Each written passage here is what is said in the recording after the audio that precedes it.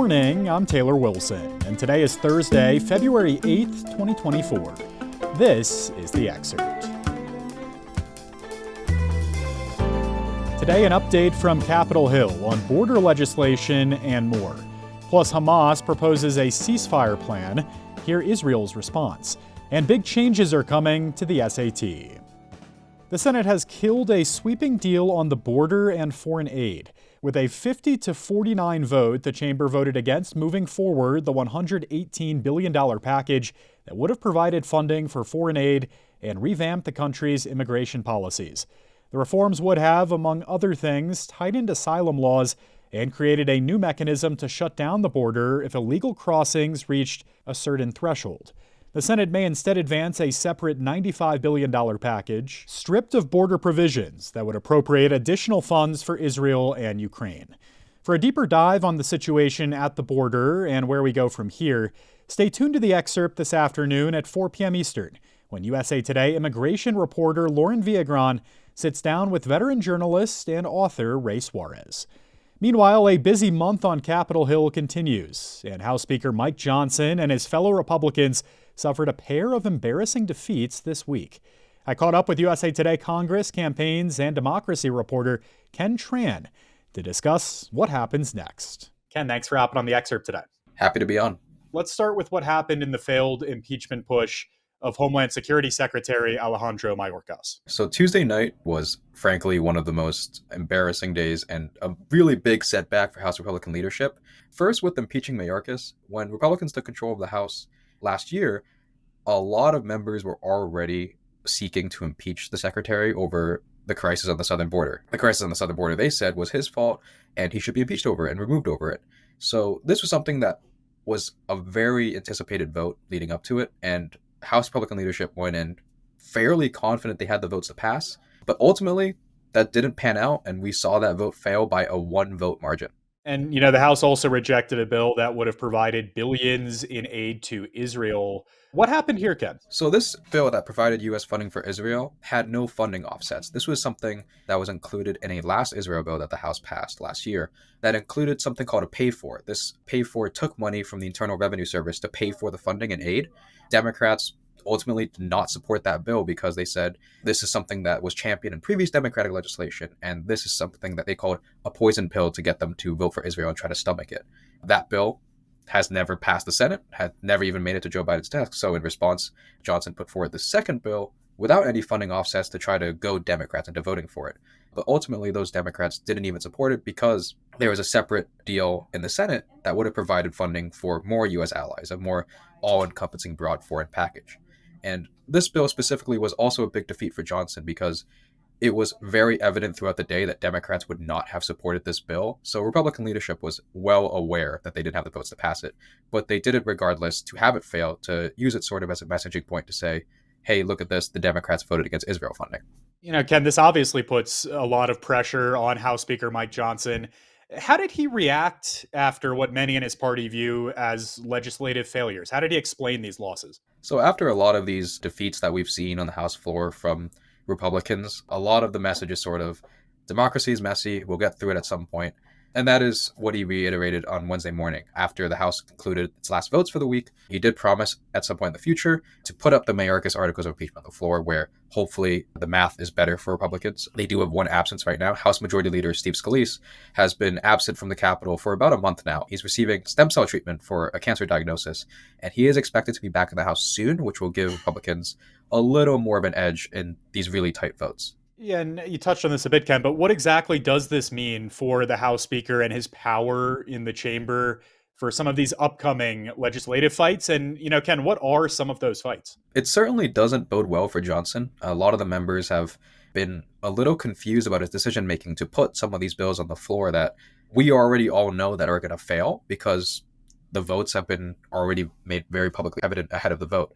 Some of these battles ahead, government funding has already been temporarily extended 3 times. The next funding deadline is coming up on March 1st. We don't know how that's going to pan out. We don't know whether or not it's going to be another short-term extension or are they going to pass another long-term funding plan. That's still up in the air, and that's now less than a month until that. Another issue that's coming up afterwards will be a foreign surveillance program, reauthorization of FISA. This is an issue that has deeply, deeply divided House Republicans on the merits of it and the exact specifics of how to address it. All right, Ken Tran, great insight as always. Thanks so much. Thanks for having me. Hamas has proposed a ceasefire plan. It would last 135 days and include the release of remaining hostages, along with hundreds of Palestinians from Israeli jails. It would also crucially involve the withdrawal of Israeli troops from Gaza. The Hamas offer would not require a permanent ceasefire at the outset of the deal, but calls for one before the last batch of hostages are released.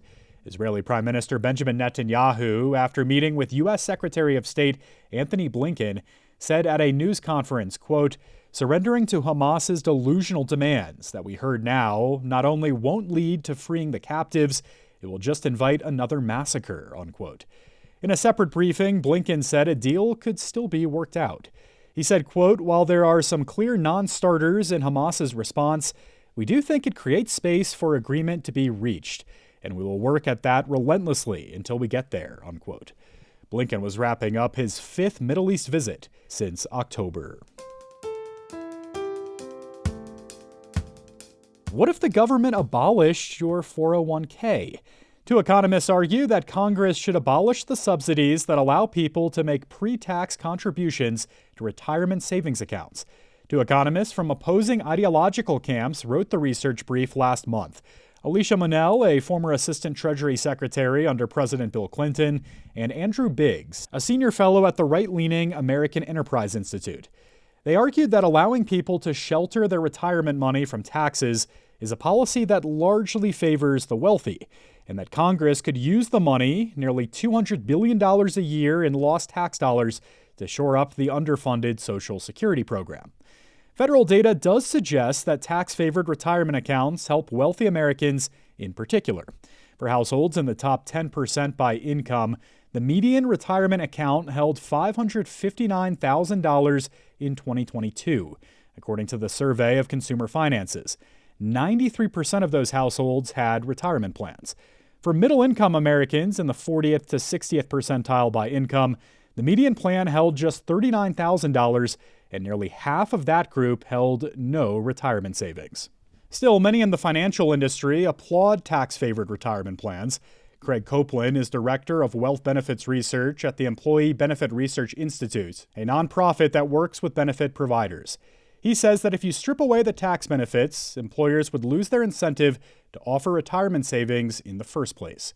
You can read more about this ongoing conversation with a link in today's show notes. Big changes are coming to the SAT. I sat down with USA Today education reporter Alia Wong to find out what the changes mean for students going forward. Alia, thanks for hopping on the Excerpt today. Thanks for having me. So the SAT is going digital this year. Alia, what inspired this move and what will the test actually look like now? It will be administered entirely on a screen, as the name suggests. So it will be taken via your own device, whether that's a laptop or an iPad. Because of this digital format, it will be a lot shorter, nearly an hour shorter. What it also allows is more time per question. In terms of what inspired the move, part of the reason was security challenges. With the paper and pencil format, particularly in certain countries abroad, there were a lot of issues with people stealing the test. And with the digital test, each student will, in theory, get a unique set of questions. So that just makes it a lot harder to copy them. The College Board is also thinking about student well-being and how can we make this a test that is as appealing or manageable, as relaxing, so to speak, as it can be. The SAT and test scores in general are, for the most part, still optional in admissions. So the College Board has an economic reason to make it a more appealing exam. You know, Alia, the shift to digital is not the only difference on these new versions of the SAT. What other changes are we seeing on the test? The reason the digital test can be so much shorter is because it's what the College Board describes as adaptive. So there's a math and a reading section, and each section is divided up into two modules. And so the first module will be a mix of easy, medium, and hard questions. And then depending on how a student performs, the second module will be adapted in difficulty level. So if a student did really well and kind of breezed through the first module, the second module of questions will be a lot more difficult. In the reverse, if a student really struggles in the first module, the second set of questions will be easier. Again, this statistically allows the College Board to more efficiently gauge a student's performance level, and then the scoring is then adjusted based on the difficulty level. So it'll be calibrated. Alia, we talk a lot about standardized testing in the context of equity. Who benefits from certain backgrounds more than others? Who has learning differences? Did these changes to the SAT help or hurt certain students more than others? With the adaptive system that comes with this test, there will be students who benefit from that because it allows it to be shorter. There may be students who just have a lot of test anxiety, but it could disadvantage students who just really have bad luck in the first half. The test anxiety got over them, or maybe there was a technological glitch and they just fumbled in the first half and then are somewhat doomed if they get an easier module in the second half, even though they should be eligible for a harder module. On the equity side, this is a digital exam that requires a device. It requires a good internet connection. And so what about the students who don't have their own device or who don't attend schools that have reliable devices they can lend out? The College Board does say that it will distribute devices to students who need them, but there's a timeline for that. And for the test that comes up in a few weeks, that deadline has already passed. Alia Wong covers education for USA Today. Thank you, Alia. Thank you. A pod of at least 10 orcas trapped by sea ice in Japan is now nowhere to be found, and local officials hope they were able to free themselves. According to NHK World Japan, the pod was originally spotted on drone footage on Tuesday near the coastal town of Rausu in northern Japan. But there was nothing anyone could do to save the whales. The town official told NHK at the time, quote, "We have no choice but to wait for the ice to break up and for them to escape that way," unquote. The news outlet says that town officials looked for the orcas for 90 minutes in the morning, but could not find any. They told the Japanese news outlet that they hoped the orcas freed themselves because the ice floes appeared to have loosened, but a lack of wind in the region means the ice may not divide to create enough space for the pod to travel through. In the initial footage, the whales were poking their heads out of a small section where the ice broke up and taking turns coming up for air. Thanks for listening to The Excerpt. You can get the podcast wherever you get your audio, and if you're on a smart speaker, just ask for The Excerpt. I'm Taylor Wilson, back tomorrow with more of The Excerpt from USA Today.